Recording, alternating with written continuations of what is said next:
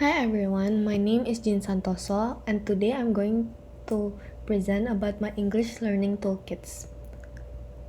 Learning English. For some people, English can be so hard to learn. For me personally, I find it challenging because learning English is easy yet hard too.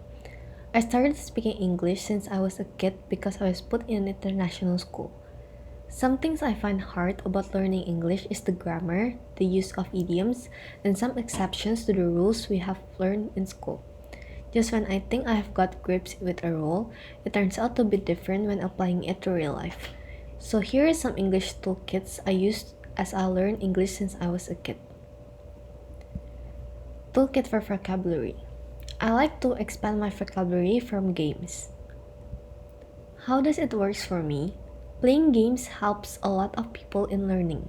To me, playing words games helps me improve and expand my vocabulary skills. When playing games like Scrabbles, Word2Wom, Words of Wonder, and etc., I usually find new words I have not heard before, and then I will Google it to know their meanings and usage. Toolkit for reading. In my process of learning English, reading helps a lot. But for some people, reading can be one of the hardest things because many finds it boring. That is why it is important to read books that you enjoy. Find a genre that you like so it does not feel boring when you're reading it, but instead you can enjoy it and it makes you want to read more.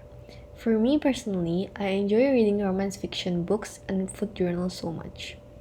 How reading helps me improve my English? Reading improves my grammar and my punctuation. It also helps me with my writing skills since it exposes me to different sentence structures. Reading can help me expand my vocabulary, also knowledge. Here are some books, novels, books, and food blogs that I enjoy reading since I was a kid. Toolkit for writing. Mind map and Grammarly. Mind map is a graphical way to represent ideas and concepts. It is a visual thinking tool that helps us structure information for better analysis, comprehend, and generate better ideas. Grammarly is a typing assistant that reviews and locates the errors of your writing such as spelling, grammar, punctuation, and etc. Here is usually I practice my writing. First, I make my map like an essay plan, and then I put it into a structured essay, and then I will put it to Grammarly to locate the errors that I made in my essay. Then, toolkit for listening. Movies and music. Watching movies can teach you natural flows of English conversation by native speakers. It helps you learn new words, idioms, and slang which you do not find from course books. Watching movies also helps you with your vocabulary, pronunciation, and listening, especially when you practice watching movies without subtitle. While listening to music has a strong link to the memory, so it helps you to process the language better, especially when you analyze the lyrics. Music and songs is proven to help a lot of people in learning any new language.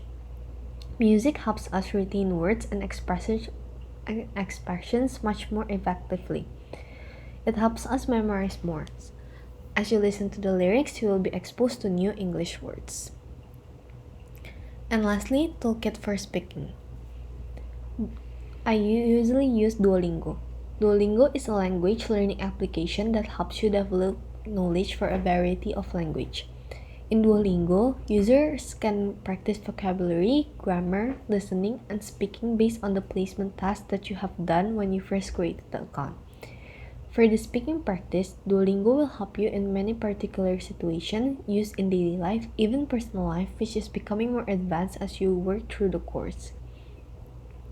This is what Duolingo looks like. At first, you can choose a specific topic on which you want to work on. Each new conversation unit focuses on a particular situation used in daily life and even personal life. You can choose which one you want to study and then practice it step by step until you're ready to speak and respond as though it were the real thing. You'll find new conversation lessons and skills marked with a character, as you can see on the third picture. That's whose lines you will be practicing in the conversation. In the first lesson, you will go line by line, listening and repeating as you practice putting familiar vocabulary and grammar in the context of realistic interaction. The kind of conversation you'll practice becoming more advanced as you work through the course. These new lessons focus on getting you speaking the words and grammar you just studied in the previous lessons and adding realistic context around it. Duolingo helps learners to prepare for the expected new conversation lessons, help you building the speaking skills for conversation you'll be having in your new language. Thank you for listening.